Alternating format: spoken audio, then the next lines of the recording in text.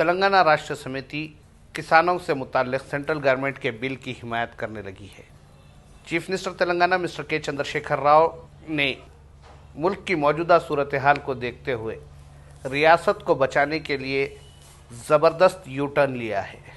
तेलंगाना राष्ट्र समिति ने जीएचएमसी इलेक्शंस के फौरी बाद 8 दिसंबर को रियासत भर में जिन बिलों के खिलाफ एहतजाज मुनज़्ज़म किया था, उन बिलों पर अमल करने की चीफ मिनिस्टर की जानिब से हिदायत जारी की जाना,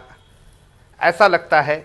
कि चीफ मिनिस्टर ने सेंट्रल गवर्नमेंट और बीजेपी के पावर को तस्लीम कर लिया है। जिस बिल की मुखालिफत की जा रही थी, उस बिल में मौजूद क़वानीन को कबूल करने की ताकीद की जाना दरअसल डायरेक्ट नहीं इनडायरेक्ट ही सही बीजेपी की तायीद के मुतरादिफ है। चीफ मिनिस्टर मिस्टर के चंद्रशेखर राव की जानिब से जैसे ही किसानों से ये अपील की गई कि वो सेंट्रल गवर्नमेंट की जानिब से जो बिल जो कानून बनाया गया है उसके मुताबिक अपनी पैदावार को फ़रोख्त करें और हुकूमत की जानिब से ये पाबंदी आयद नहीं की जाएगी या ये मशवरा नहीं दिया जाएगा कि वो क्या पैदावार करे या क्या ना करे, इस पर अमल करने के फैसले के साथ ही Telangana BJP state president Bandi Sanjay ने चीफ मिनिस्टर के स्टेटमेंट और इंस्ट्रक्शंस का वेलकम करते हुए कहा है कि चीफ मिनिस्टर की आंखें अब खुलने लगी हैं।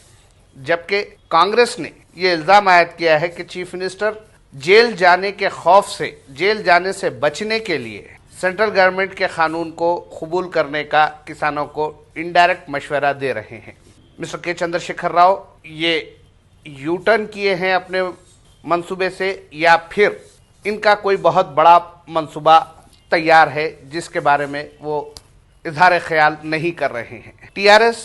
ने जीएचएमसी इलेक्शन के दौरान और जीएचएमसी इलेक्शन के बाद भी इस बात का ऐलान किया था कि टीआरएस तेलंगाना में और मुल्क भर में लाइक माइंडेड पार्टीज का इत्तेहाद तश्कील देते हुए non Congress non BJP forum तैयार करेगी, फ्रंट तैयार करेगी और उस फ्रंट के जरिए बीजेपी का मुकाबला किया जाएगा। मिस्टर के चंद्रशेखर राव ने जीएचएमसी इलेक्शंस के नतायज के बाद रियासत भर में एहतजाज और उसके बाद दिल्ली का दौरा करते हुए जो मंसूबा तैयार किया है, उसे देखते हुए ऐसा लगता है कि मिस्टर के चंद्रशेखर राव अपने इरादों से दस्तबरदार होने लगे हैं।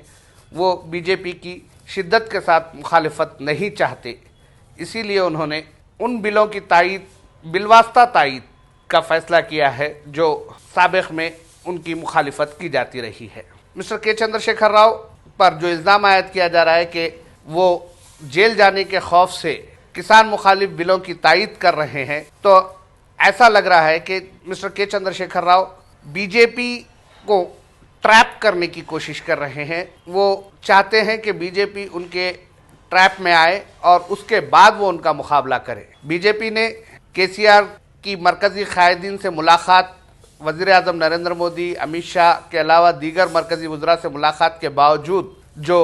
मौक़िफ़ इख्तियार किया था वो इंतहाई सख्त था और ये कहा जा रहा था कि अगर केसीआर वज़ीर आज़म और अमित शाह से मुलाकात करते हुए ये समझ रहे हैं कि उनके खिलाफ कोई कार्रवाई नहीं होगी तो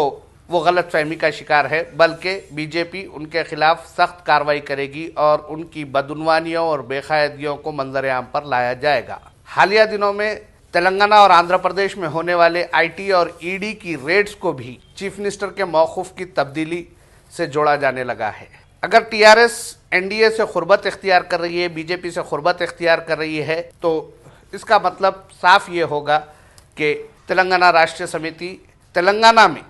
बीजेपी के बढ़ते कदम को रोकने की कोशिश कर रही है। और अगर टीआरएस की जानिब से ये कोई हिकमत अमली है और ये मंसूबे के तहत इस तरह के फैसले और इक़दाम किए जा रहे हैं, तो इसमें उन्हें कहाँ तक कामयाबी मिलेगी, इसका अंदाज़ा लगाना क़ब्ल वक्त होगा। टीआरएस ने 29 दिसंबर को वरंगल में किसान मुखालिफ बिल के ख़िलाफ़ एहतजाज का ऐलान किया है और उससे 2 दिन पहले इस तरह का चीफ मिनिस्टर का फैसला ये सोचने पर मजबूर कर रहा है कि क्या 29 दिसंबर को टीआरएस किसानों के साथ वरंगल में एहतजाज में हिस्सा लेगी या फिर उस एहतजाज से भी दस्तबरदारी इख्तियार कर ली जाएगी। अगर टीआरएस की जानिब से मुखालिफ किसान बिलों की